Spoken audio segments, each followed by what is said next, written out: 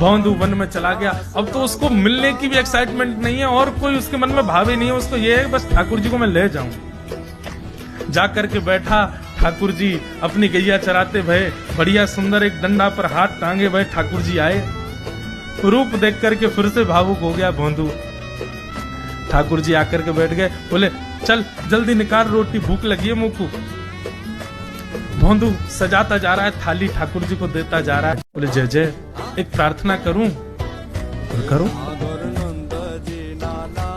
आप मेरे संग मेरे सखाओ ना आप? बोले हाँ तेरो सखाऊं, तो मेरी बात मानोगे? बोले कहा आप मेरे संग आश्रम चलो गुरु जी के पास।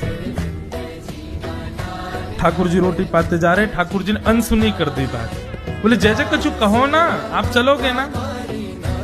ठाकुर जी बोले हम तेरे सखा हैं, तेरे गुरु जी के सखा नहीं है। तू मोते मिल, तू मेरे संग खा, तू मेरे संग रहे, तू कछु कर, तो कुछ सब अधिकार है, लेकिन ये हम गुरु जी ते मिल बातें मिल ये सब हम नहीं करेंगे। हम बस तेरे सखा हैं, तो ये जाने और कोई ये ना जाने। ए जय जय ऐसा मत कहो ना, वे नहीं बताते तो मैं तो आपको देख ही नहीं पाता, मैं तो आपको जानता ही ना हूं। उनने ही तो मुझको बताई कि आप भांडीर बनाते हो, आपका रूप ऐसा है, उनने कृपा करके मुझको आपसे मिलवाए हो, वही हमारी मित्रता के मूल आधार है, उनसे तो मिलवे चलो ना। ठाकुर जी बोले देख ज्यादा जिद मत करे, हमने तो उसे एक बार कह दी हम नहीं जाएंगे नहीं जाएंगे नहीं जाएंगे। ठाकुर जी रोटी पा रहे थे तो भौंदू ने हाथ से रोटी और छनाई, बोले ये भी दो, ये भी गुरु जी की है, लाओ ये मिर्च गुड़ सब दो, ये सब गुरु जी को, ये भी मत खाओ। और सुनो, यदि हमारे गुरुजी से आपको प्रेम नहीं है तो हमको आपसे प्रेम नहीं है। कल ते अपनी गैयान को लेकर कहीं और चरावे जाओ, होंगे तुम नंदन नंदन अपने गांव के, मेरे गुरुजी के पास नहीं जाओगे। और सुनो, ये मुंह में जो रोटी रखी जाओ को उगल ले आओ, ये भी गुरुजी की रसोई में बनी है, हमारे गुरुजी से नहीं मिलेंगे। ठाकुर जी बोले अरे भोंदू ने रुक तो नहीं नहीं नहीं, अब तो मैं सुनूंगा ही नहीं, आपने ऐसे कैसे कह दी नहीं जाएंगे, 3 बार नहीं जाएंगे नहीं जाएंगे।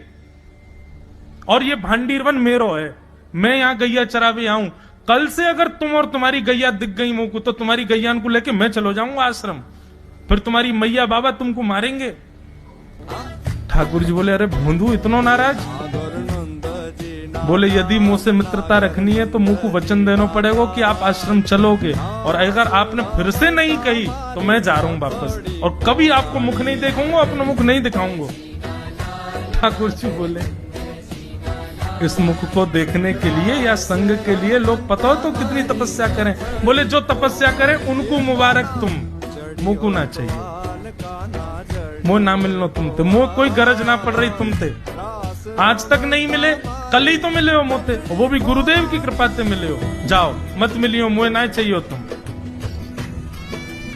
ठाकुर जी बोले मैं तो ना जाऊंगा, मैं तो तेरे पास ही रहूंगा। बोले तुम मत जाओ, मैं जा रहा हूं। कि जाने लगा वापस। भोंदू, ठाकुर जी पुकार रहे हैं भोंदू, मानो जैसे त्रिलोकी लेके जा रहा है वो ठाकुर जी की, जैसे मानो पूरा ऐश्वर्य ठाकुर जी का ले जा रहा हो। अरे भोंदू ने रुक तो जा। भोंदू बोला अपना मुख भी नहीं दिखाऊंगा यदि आप नहीं चलोगे तो। भोंदू थोड़ी दूर गया, ठाकुर जी को लगी वापस आ जाएगा, थोड़ी और दूर गया, लगा अब आ जाएगा, लेकिन जब भोंदू दिखना बंद हो गया हमारे ठाकुर जी विचलित हो गए, दौड़े भोंदू की तरफ। ठाकुर जी दौड़ करके गए और जाकर के भोंदू के पित्ती पे चढ़ गए। बोले ले चल अपने गुरुदेव के पास, चलूंगा तू जहां कहेगो, लेकिन तो दूर नहीं जान दूंगा। और भोंदू ठाकुर जी को ऐसे ऊपर चढ़ा करके लेकर के आश्रम जा रहा है। गुरुदेव आकर के खड़े हो गए और मन में बस विचार कर रहे थे, हाथ पांव कांप रहे थे। बोले ठाकुर जी आएंगे कि नहीं। इतने में ही भोंदू आया और तभी देखा भोंदू की पिद्दी पर ठाकुर जी टंगे भय आ रहे हैं। आज गुरुदेव ने जाकर के पहले भोंदू को प्रणाम किया, बोले जय हो, धन्य है। इतनी तपस्या की, इतना भजन किया, घर परिवार त्याग दिया, वैराग्य त्याग सब हमारे जीवन में, तब भी ठाकुर जी नहीं मिले।